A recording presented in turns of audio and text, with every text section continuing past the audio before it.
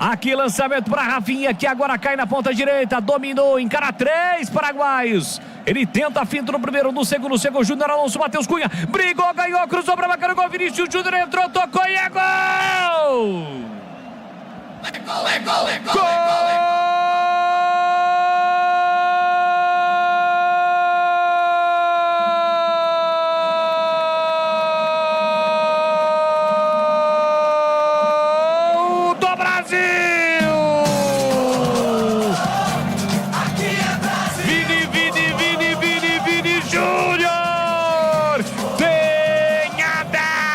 Estampada na camisa, um lance que parecia perdido, mas jamais apareceu uma situação de bola perdida para Matheus Cunha, que brigou até o fim, depois de Rafinha ter encarado 3 paraguaios, não ter passado por nenhum deles. Matheus Cunha briga, ganha de Júnior Alonso, leva por fundo, levanta a cabeça e cruza na medida para Vinícius Júnior. Ele chega dividindo com a defesa do Paraguai e empurra para o fundo do gol. Sai na frente o Brasil, Vinícius Júnior.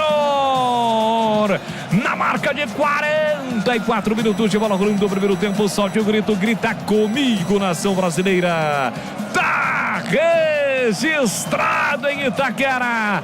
Vinícius Júnior, o Brasil que pode garantir o gol, que pode garantir o Brasil na Copa do Mundo em 2026. Coloca lá dentro, Brasil 1, Vinícius Júnior.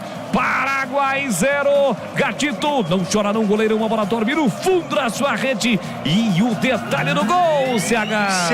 70% do gol de Matheus Cunha, que não desistiu, foi para a linha de fundo e deu assistência. Aí o Vini, com perspicácia, com sentido de faro de gol, antecipou o zagueiro do Paraguai e fez 1-0 para o Brasil. Merecido, né? Merecido o gol de Vini Júnior. Posso parafrasear nosso grande amigo Quartarolo? É o pé que balança a rede. Vini, 1-0 para o Brasil. Calma,